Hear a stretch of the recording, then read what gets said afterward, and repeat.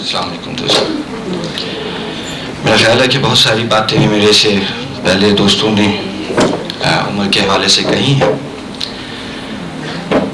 میں ان میں کوئی اضافہ تو زیادہ نہیں کر سکوں گا، لیکن چند ذاتی تجربات ہیں عمر کے حوالے سے، وہ آپ کے ساتھ ضرور شیئر کروں گا. سب سے پہلے تو اس چیز کا احساس کہ مجھے نہیں معلوم تھا کہ 4 دن پہلے ہونے والی میری ملاقات عمر کے ساتھ، جس میں ہم پاکستان میں سیاست کے حوالے سے ہم نے گفتگو کی، پارٹی کے حوالے سے حکمت عملی پر بات کی، اور اگلے ہفتے پھر ملنے کا ہم نے ارادہ کیا. مجھے نہیں معلوم تھا کہ وہ ملاقات اس سے پہلے ایک ایسے فورم پر ہو سکے گی جہاں میں صرف ان کے نام کے حوالے سے بات کر رہا ہوں گا، میں ان کو دیکھ نہیں سکوں گا. یہ بہت بڑا المیہ ہے میری زندگی کا، جو بہت عرصے تک میرے ساتھ چلے گا. عمر کے ساتھ میرا تعلق 1999 میں بنا، جب ہم پہلی دفعہ ہم اکٹھے لڑ رہے تھے NGO بل کے حوالے سے. یہاں دوست بیٹھے ان کو معلوم ہے کہ ہم نے 89 میں سب سے پہلے اپنی اسٹرگل شروع کی تھی، جب ٹرسٹ بنایا جا رہا تھا حکومت کی طرف سے، اور صاف نظر آ رہا تھا کہ ایک تھریٹ ہے. اس کے بعد شاید سول سوسائٹی کے لیے ماحول نہ بن سکے کام کرنے کا، تو ہم نے ایک تحریک کا آغاز کیا، اور عمر اس میں ہمارے ساتھ تھے. 1999 سے لے کر سن 2002 تک بہت سارے تجربات سے گزرے ہم، بہت ساری لڑائیاں ہم نے اکٹھی لڑی، اور میں نے ہمیشہ ان کو اصول پرست، ایک لڑنے والا شخص، ایک ایکٹیوسٹ پایا. اور میں نے کبھی نہیں دیکھا کہ وہ اتنے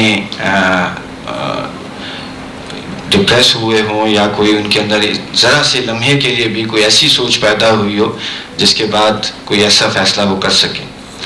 ہمیشہ لڑنے والے، ہمیشہ دوسروں کے حق کی بات کرنے والا شخص. 5 بڑے اہم واقعات میں آپ کے سامنے رکھنا چاہتا ہوں. ایک تو 1999 کا NGO ڈائلاگ. مجھے یاد ہے عمر نے پورے ملک میں ہمارے ساتھ دورے کیے، NGOs کو منظم کیا، اور وہی بنیاد بنی بعد میں 1994-95 میں جب ہم نے پاکستان NGO فورم بنایا. عمر 99 سے ہمارے ساتھ تھے. پھر جب ہم نے NGO بل پر کام شروع کیا 1994 میں، تو عمر کا یہ موقف تھا کہ ہم صرف لڑائی نہ کریں، بلکہ ہم اپنا پوائنٹ آف ویو بھی تحریری طور پر سامنے لائیں. اور یہ عمر کی ہی موٹیویشن تھی کہ ہم نے اپنے قانون کو خود تحریر کرنا شروع کیا.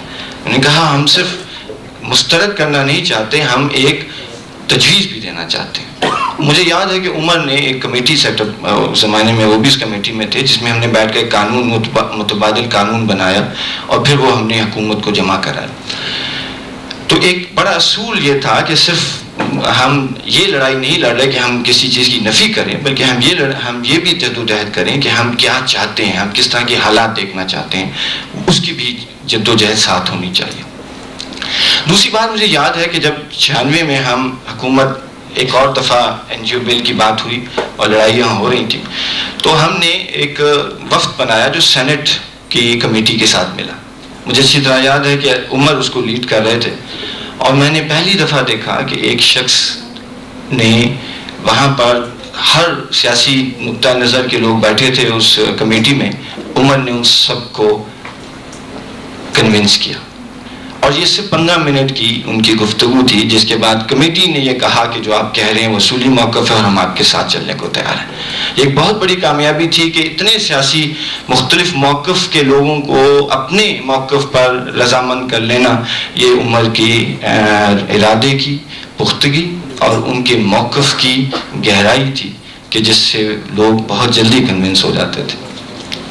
چوتھا واقعہ جو مجھے یاد ہے وہ تھا کہ ہم حکومت اس زمانے میں 96-97 میں ایک ویژن 2010 کے نام سے ایک پالیسی بنا رہی تھی.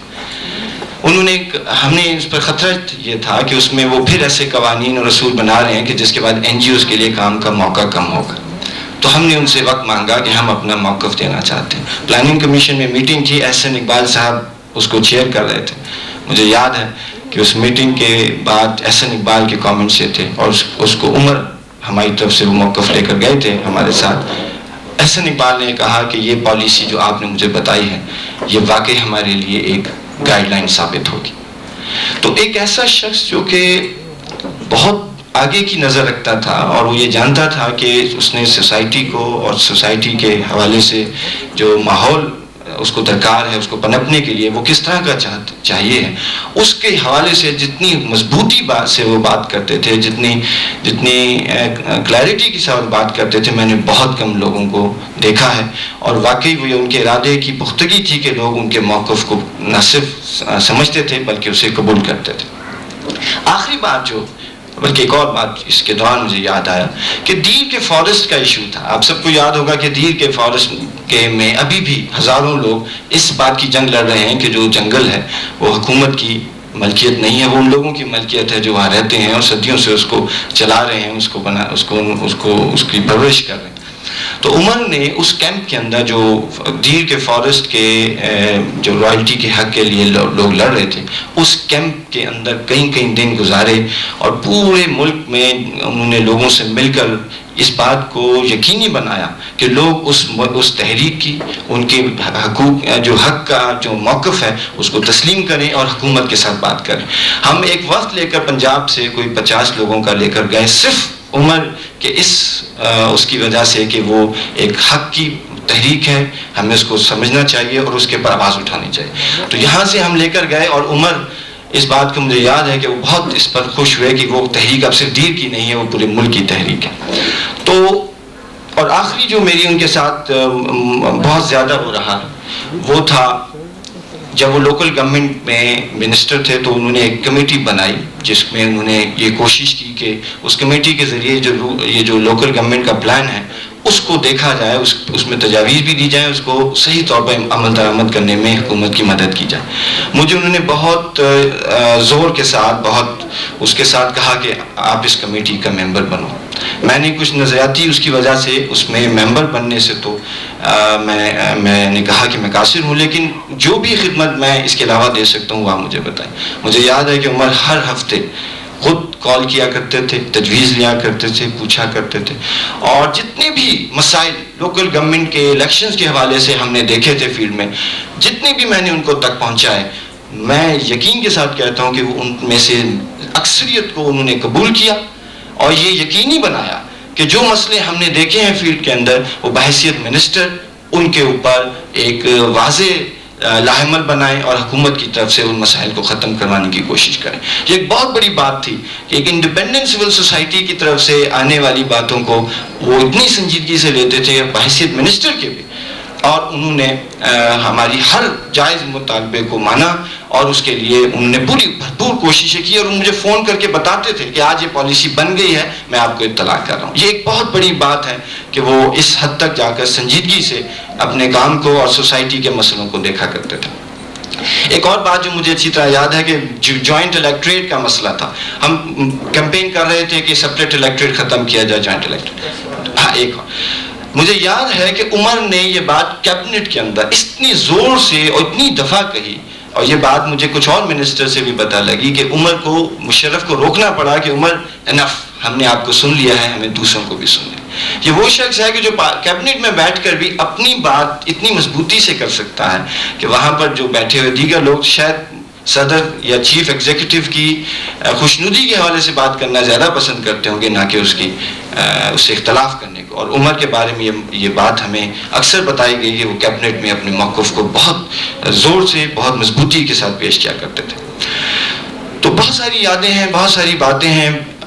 14-15 سال کی رفاقت ہے، دوستی ہے، کامریڈ شپ ہے جو ان کے ساتھ رہی ہے، اور خیال بھی نہیں تھا کہ ایک وقت ایسا آئے گا کہ اس دور میں اتنی جلدی ہم ان کے لیے ایک تعزیتی اجلاس کر رہے ہوں گے.